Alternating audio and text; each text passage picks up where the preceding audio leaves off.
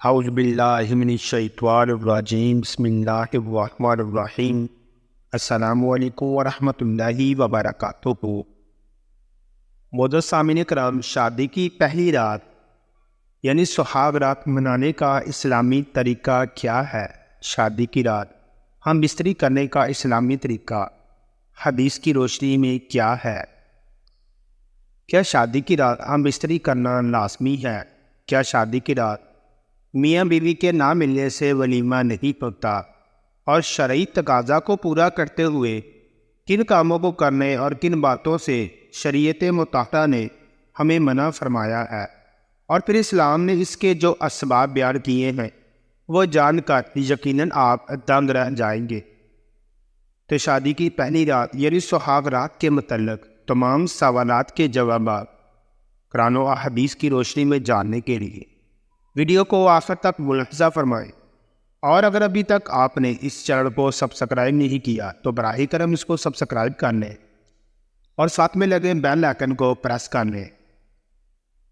ام المومنین سیدہ عائشہ صدیقہ رضی اللہ تعالیٰ عنہا سے مروی ہے کہ حضور صلی اللہ علیہ وآلہ وسلم ارشاد فرماتے ہیں کہ جب ایک مرد اپنی بیوی کا ہاتھ پکڑتا ہے تو اس کے نامہ مال میں ایک نیکی لکھتی جاتی ہے، اور جب اس کے ساتھ اس کے گلے میں ہاتھ ڈالتا ہے تو 10 نیکیاں لکھتی جاتی ہیں، اور جب اس سے صحبت کرتا ہے تو دنیا و معافیہ سے بہتر ہے، اور جب غسل جنابت کرے تو پانی جس بال پر گزرتا ہے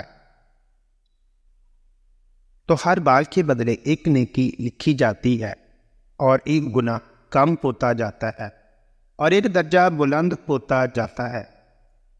حضرت عبداللہ ابن مسعود رضی اللہ تعالیٰ عنہ سے ایک شخص نے عرض کیا کہ میں نے جس لڑکی سے شادی کی ہے مجھے لگتا ہے کہ وہ مجھے پسند نہیں کرے گی، تو آپ رضی اللہ تعالیٰ عنہ فرماتے ہیں کہ محبت خدا کی طرف سے ہوتی ہے اور نفرت شیطان کی طرف سے، تو ایسا کرو کہ جب تم پہلی بار اس کے پاس جاؤ تو دونوں وضو کرو اور 2 رکعت نماز نفل شکرانہ اس طرح پڑھو کہ تم امام ہو اور وہ تمہاری اقتداء کرے، تو انشاءاللہ تعالیٰ تم اسے محبت اور وفا کرنے والی پاؤ گے۔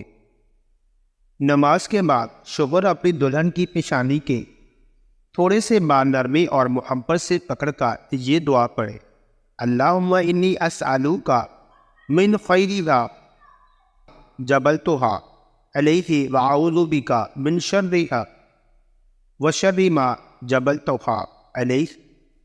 تو نماز اور اس دعا کی برکت سے میاں بیوی کے درمیان محبت اور الفت قائم ہوگی انشاءاللہ تعالی۔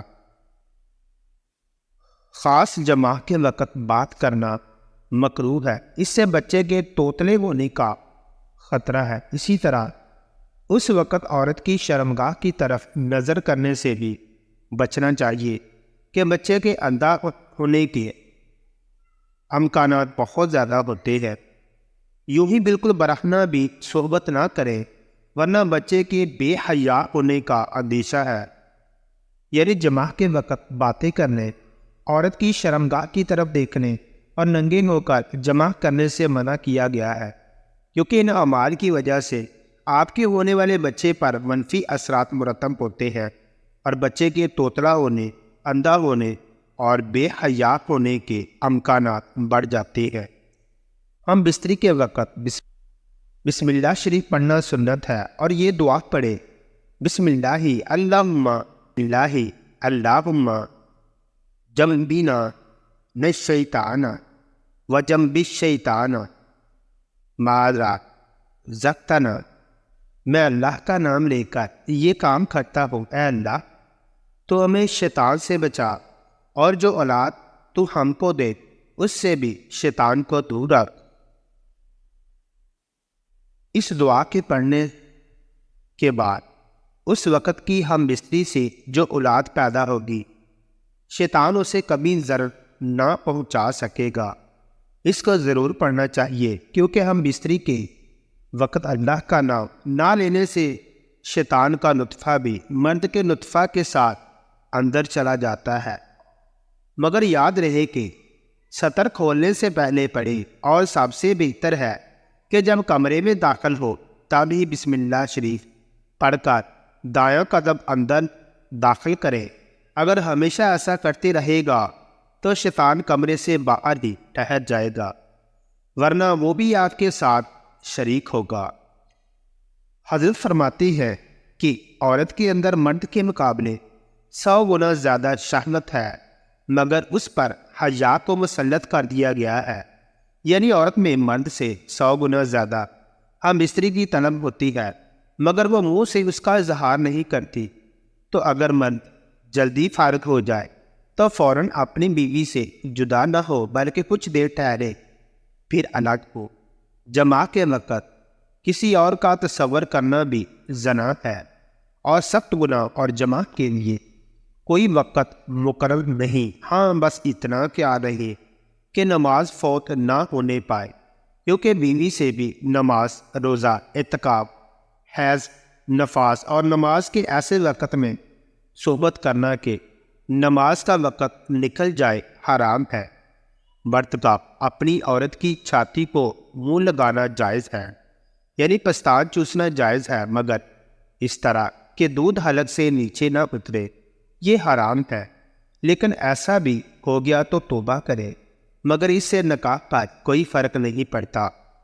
مرد و عورت کو ایک دوسرے کا سطر دیکھنا، چھونا جائز ہے، مگر حکم یہی ہے کہ مقام مخصوص کی طرف نہ دیکھا جائے، کہ اس سے نسیان کا مرض ہوتا ہے اور نگاہ بھی کمزور ہو جاتی ہے۔ فراغت کے بعد مرد و عورت کو الگ الگ کپڑے سے اپنا سطر صاف کرنا چاہیے، کیونکہ دونوں کا ایک ہی کپڑا استعمال کرنا نفرت اور جدائی کا سبب ہے۔ احتلام ہونے کے بعد یا دوسری مرتبہ صحبت کرنا چاہتا ہے تب بھی سطر دھو کر وضو کر لینا بہتر ہے، ورنہ ہونے والے بچے کو بیماری کا خطرہ ہے۔ زیادہ بوڑھی عورت سے یا کھڑے ہو کر صحبت کرنے سے جسم بہت کمزور ہو جاتا ہے۔ اسی طرح بھرے پیٹ پر صحبت کرنا بھی سخت نقصان دہ ہے۔ بعض عتبہ کا کہنا ہے کہ جماع ہمیشہ رات کی تیسرے پہر کرنا چاہیے، کیونکہ اس وقت پیٹ خالی ہوتا ہے، جس کی وجہ سے ہم بستری کے دورانیہ میں اضافہ ہوتا ہے اور لذت میں بھی اضافہ کا باعث ہوتا ہے۔ جماع کے بعد عورت کو دائیں کروٹ پر لیٹنے کا حکم دے کہ اگر لطفہ قرار پا گیا ہے تو نشانہ لڑکا ہی پیدا ہوگا، بائیں کروٹ لڑکی ہوگی۔ جماع کے فوراً بعد پانی پینا یا نہانا صحت کے لیے نقصان دہ ہے۔ ہاں سطر دھو لینا فائدہ مند ہے۔ طبیب کہتے ہیں کہ ہفتے میں 2 بار سے زیادہ صحبت کرنا ہلاکت کا باعث ہے۔ شیر کے بارے میں آتا ہے کہ وہ اپنی مادہ سے صرف سال میں 1 مرتبہ ہی جمع کرتا ہے، اور اس کے بعد اس پر اتنی کمزوری لاحق ہو جاتی ہے کہ اگلے قابل نہیں رہتا۔ تو سامعین کرام، یہ ہے شادی کی پہلی رائے، یعنی سہاگ رات کے وہ اسلامی اصول جو شریعت مطہرہ نے ہمیں سکھائے ہیں۔ اگر ہم ان اسلامی اصولوں پر عمل کرتے ہوئے شرعی تقاضا پورا کریں گے تو ہم بہت سی بیماریوں سے محفوظ رہیں گے، اور اگر ہم ان اصولوں کی پیروی نہیں کریں گے تو اوپر بیان کردہ بیماری میں مبتلا ہونے کا کبھی اندیشہ ہے۔ تو سامعین کرام، دعا ہے کہ اللہ تعالیٰ ہمیں ان اسلامی اصولوں پر عمل کرنے کی توفیق عطا فرمائے۔ آمین سب آمین۔ تمام دوست کمنٹ باکس میں آمین ضرور لکھیں، اور امید ہے کہ ہماری آج کی ویڈیو آپ کو اچھی لگی ہوگی۔ ویڈیو پسند آنے کی صورت میں اس کو لائک اور شیئر کرنا مت بھولیے گا۔